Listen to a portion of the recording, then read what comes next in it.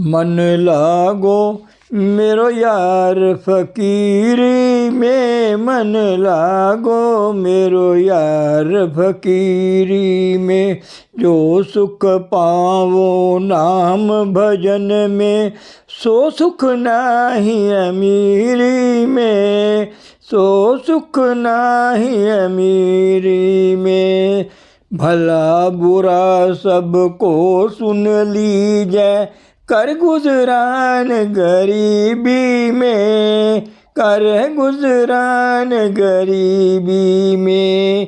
प्रेम नगर में रहन हमारी, भली बन आई सबूरी में, भली बन आई सबूरी में।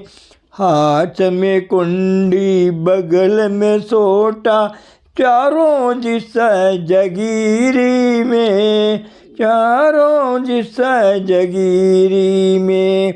आखिर ये तनख्वाह को मिलेगा कहाँ फिरत मगरूरी में, कहाँ फिरत मगरूरी में। कहत कबीर सुनो भाई साधो, साहिब मिले सबूरी में, साहिब मिले सबूरी में। मन लागो मेरो यार फकीरी में, मन लागो मेरो यार फकीरी में। गुरु रूप प्यारी साध संगत जी, आप सभी पवित्र आत्माओं के श्री चरणों में दास का कोटि कोटि प्रणाम है। परम पूज्य परम संत कृपाल सिंह जी महाराज जी सत्संग प्रवचनों में आगे फरमा रहे हैं। कबीर गुरु लागा तब जानिए, मिटे मोह तन ताप। जिसका मोह उड़ गया, कैसे उड़े? जब पिंड से आप ऊपर आना सीखोगे तब उड़ेगा भाई। जब तक आप जिस्म का रूप बने बैठे हो, कितना ज्ञान ध्यान कर लो, जिस्म का मोह नहीं जाना, तन की आस नहीं जाती। मैं हरिद्वार में गया, वहाँ एक महापुरुष के मुतल्लिक बड़े मुख्य आदमी हैं, वेदांती पुरुष हैं, अहम ब्रह्मी। उनको कोई 2 लाख रुपए दे गया। रात को डाकुओं को पता लगा कि इनके पास रुपया है।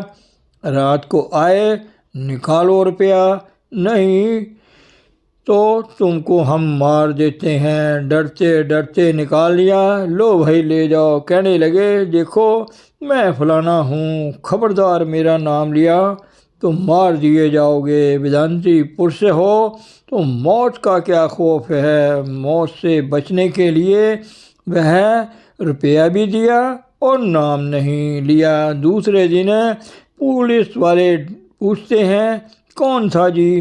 जी मैं बता नहीं सकता। तो मौत का कितना खौफ है। अरे भाई, मौत का खौफ तो उसी का जाएगा जिसको कोई सत्य स्वरूप हस्ती मिली है। आज भी उसकी गोद में है, मरकर भी उसी की गोद में है। अरे भाई, इस नशे को पाना है तो जाओ किसी जिंदा जावेद हस्ती के चरणों में जाओ। वह खुशकिस्मत लोग हैं जिनको ऐसे महापुरुष के चरणों में बैठना नसीब हुआ है। जिसकी याद में बैठे रहे हम। महापुरुष की कदर याद रखो। हम जिंदगी में नहीं करते। मुझे अमेरिका, जर्मनी, इंग्लैंड जाने का इत्तेफाक हुआ। सब इसी तलाश में हैं, ये चीज़ नहीं मिल रही। कदर तभी आती है जब बाहर जाकर पता लगे। तो ऐसे महापुरुषों की याद में आप बैठे हो जिसने ज़िंदगी के मुय्यमों को हल किया है। खुद ही नहीं बल्कि अनेकों को कराया जो उनके चरणों में आए, जिन्होंने उसका कहा माना। गुरु मिले तो कहा कमाना, कहा ये नहीं क्या करना है, चलो ख़त्म हो गया। नहीं, वह जो कहे उसके वचनों पर फूल चढ़ाओ। ज़िंदगी में खुद देखो, बेखौफ हो जाओगे। तो ऐसी हस्ती के मिलने से क्या पता लगता है भाई? 2 दरवाजे हैं दुनिया के, एक कर्म का है, दूसरा बख्शिश का है। एक जैसा बीजो वैसा काटो, एक बख्शिंद पुरुष परमात्मा बख्शिश करने वाला है। हमारे गुनाहों को कौन बख्श सकता है? कोई समर्थ पुरुष सिवाय परमात्मा के और कोई नहीं बख्श सकता। कुरान शरीफ में जिक्र आता है, एक फ़कीर था, छोटी उम्र में ही वह जंगलों में चला गया। एक जगह सुनसान जंगल था, एक चश्मा पानी का था वहाँ। वह रोज़ वहाँ से ताज़ा पानी पीता था और रहता था। वहाँ एक दरख्त भी अनार का लगा हुआ था। उसमें रोज़ाना इतना बड़ा अनार लगना, उसने खा लेना और पानी पी लेना। सारी उम्र इबादत पूजा करता रहा। अंत समय आया, कहते हैं कि उसको खुदा की दरगाह में ले गए। खुदा ने देखकर कहा, अच्छा भाई, तुमको हमने अपने फजलो करम दया मेहर से बख्शा है। दिल में ख्याल आया, भाई सारी उम्र तो भक्ति करते करते मर गए, आखिर में खुदा साहिब की लात ऊपर ही रही। बख्शा तो फजलो करम से बख्शा।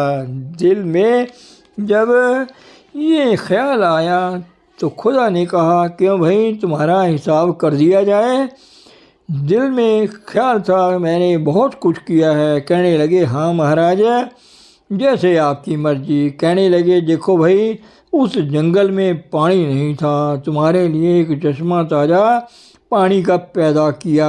तुमको पता है, अनार के दरख्त में हर रोज़ एक फल पकता था, तुम खाते थे। तुम्हारी सब इबादत का यह मुआवजा उजरत हो गया। चलो मेरा हिसाब करें।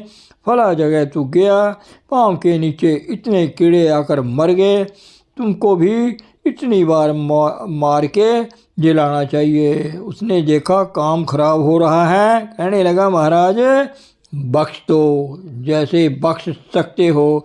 तो बख्शिश करने वाला केवल परमात्मा है, या जिस स्तंभ पर वह इज़ार कर रहा है, या परमात्मा बख्शने वाला है, या गुरु बख्शाने वाला है। जो गुरु हो वह ज़रूरी बात है। क्राइस्ट के मुतालिक ज़िक्र आता है, उनके वक्त साइमन थे, उनके एक शिष्य अमीर आदमी थे। जैसे हमारे हजूर के वक्त भी कई अमीर उनको घर पर बुलाया करते थे, अपने दोस्तों मित्रों को वहाँ पर निमंत्रित करते थे।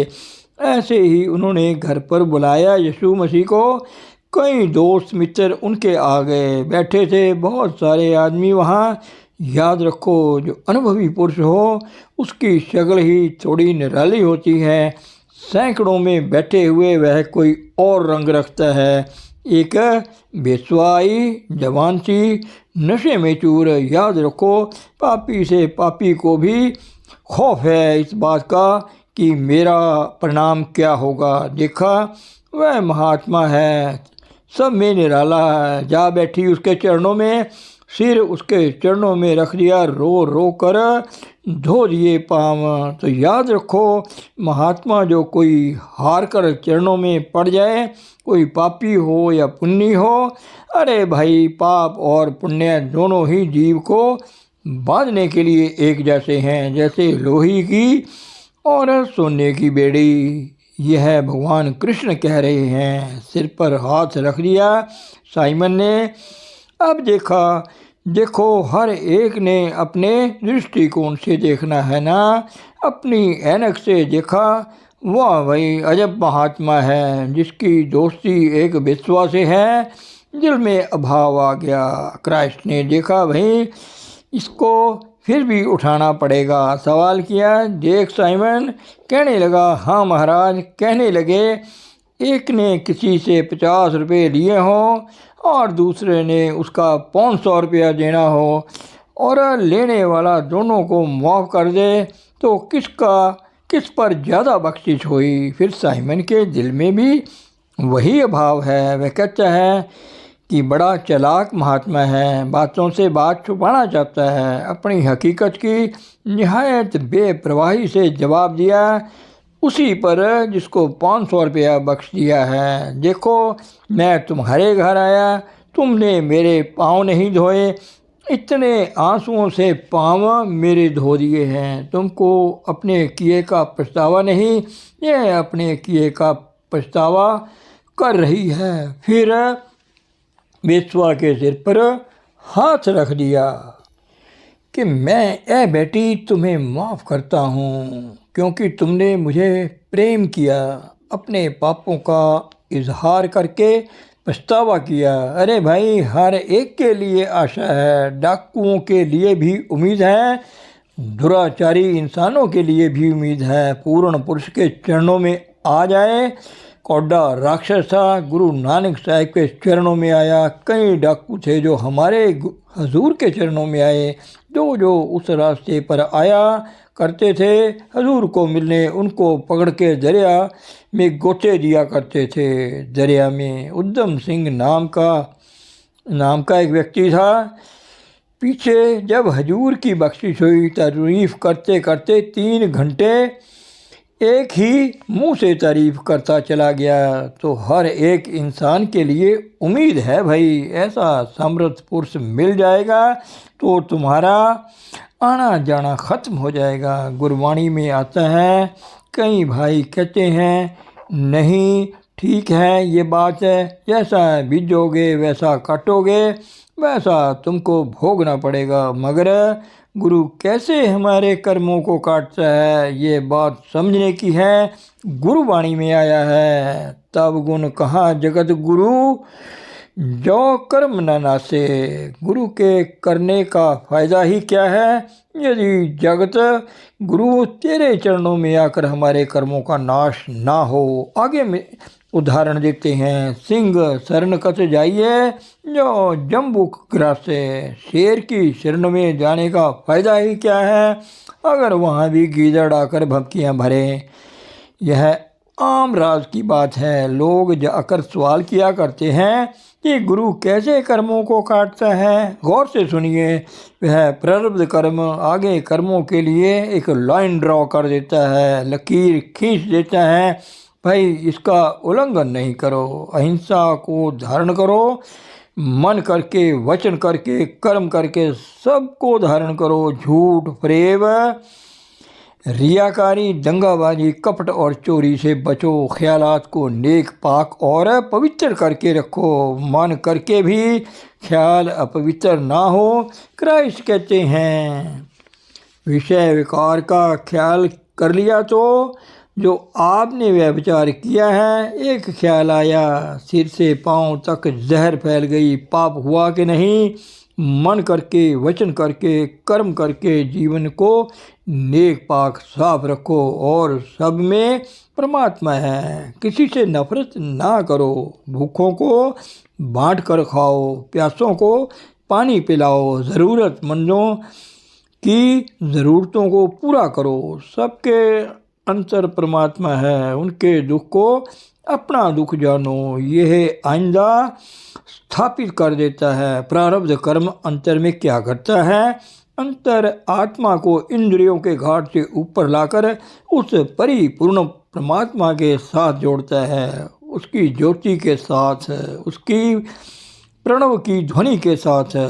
उसमें जन्मों जन्मों की मैलें कट जाती हैं, इनकी होमे जाती रहती है। यह निह कर्म हो जाता है। सो निह कर्मी जो शब्द विचारे, बुद्धि विचार से नहीं। याद रखो, हमारे आने जाने का मूल कारण क्या है।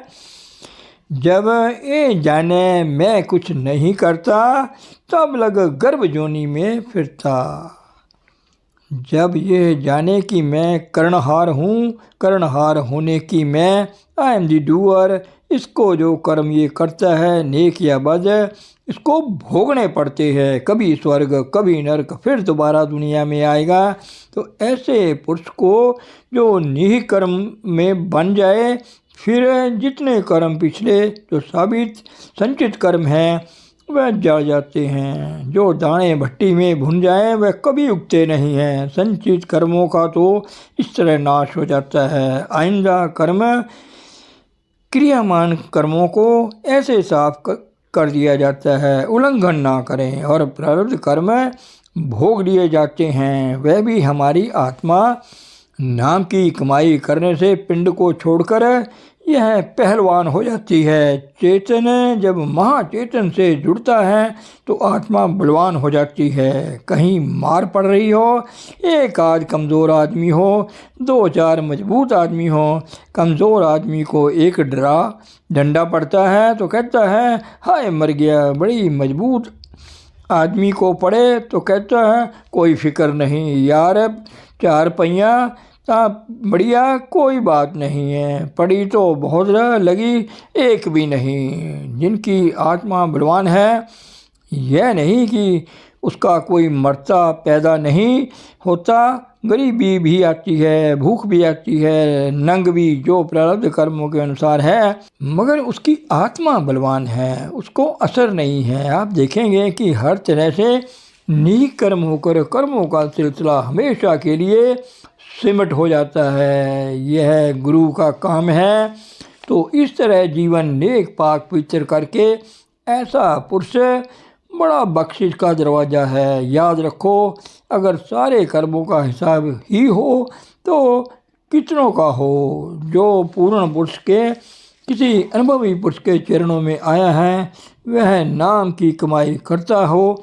अंतर में दुनिया से चित्तवृत्ति हट जाती है। जैसे लकड़ी हो, उसमें घुन लग जाए, जाहिर तो साबत मालूम होती है, बीच में खाई जाती है। ऐसे ही जिनको समर्थ पुरुषों का उपदेश मिला है, नाम की थोड़ी बहुत कमाई करते हैं, अंतर से खाए जाते हैं। दुनिया के लिए ज़ाहिरा शक्ल दुनिया की होती है। दूसरे जो थोड़े बहुत कर्म रह गए, बगैर भुगतने के कमाई करने वाले हो, अंत समय भुगता दिए जाते हैं। कई वाक़यात हैं, दृष्टांत हैं, ऐसे आते हैं। हजूर के वक्त का वाक़या है।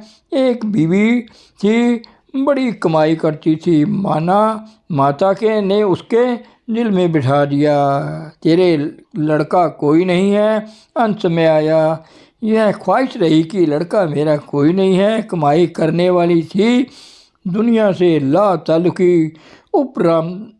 रामता नाम की कमाई से हो जाती है। जैसे जल में कमल निरालम, मुर्गा ही न साणे। जैसे जल में कमल अलेप रहता है और मुर्गा भी जल से रहकर सूखी उड़ जाती है। सुरत शब्द भवसागर तरिए नानक नाम बखाने।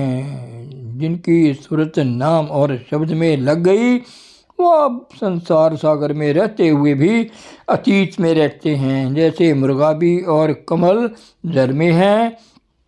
यह नाम की महिमा है। अंतर से लातालुकी हो गई, मगर एक ख्याल मन में बैठा है तो अंत समय में कहने लगी, देख माता, क्या सुंदर बच्चा सतगुरु ले आए हैं। छोटी मोटी ख्वाहिशात तो को अंत समय भी भुगता देते हैं। एक और बूढ़े का आदमी का जिक्र करते हैं हजूर के समय। यह गरीब बड़ा था, कमाई करता था। गरीबी में आपको पता है थोड़ा ख्याल रहता है, पैसे हो जाएं तो अंत समय ये ख्याल रहा। तो बच्चों को कहने लगे, भाई जगह साफ करो, सतगुरु देखो गधे के गधे लाद कर सोने चांदी के ला रहे हैं, रुपये पाँव ढेर लगा रहे हैं। तो मेरे अर्ज करने का मतलब है कितनी भारी बरकत है। किसी समर्थ का जिंदगी में मिलना एक बहुत बड़ी भारी बरकत है। अरे भाई, नंगा नहाए गया क्या और निचोड़ेगा क्या। याद रखो, कहाँ तक जा सकोगे तुम कर्मों के हिसाब से। जैसा करोगे वैसा भरोगे। नहीं कर्म करना किसी अनुभवी पूर्ण पुरुष का काम है, जो तुमको अंतर नाम का परिचय देकर उसकी कमाई कराए। अपने आप दुनिया से वृत्ति हट जाती है और अंत समय में कोई बात रह भी जाए तो भुगता देते हैं। इसलिए नानक जिनको सतगुरु मिलया, तिनका लेखा नहीं बढ़िया। धन सतगुरु, धन गुरु रूप प्यारी साध संगत जी।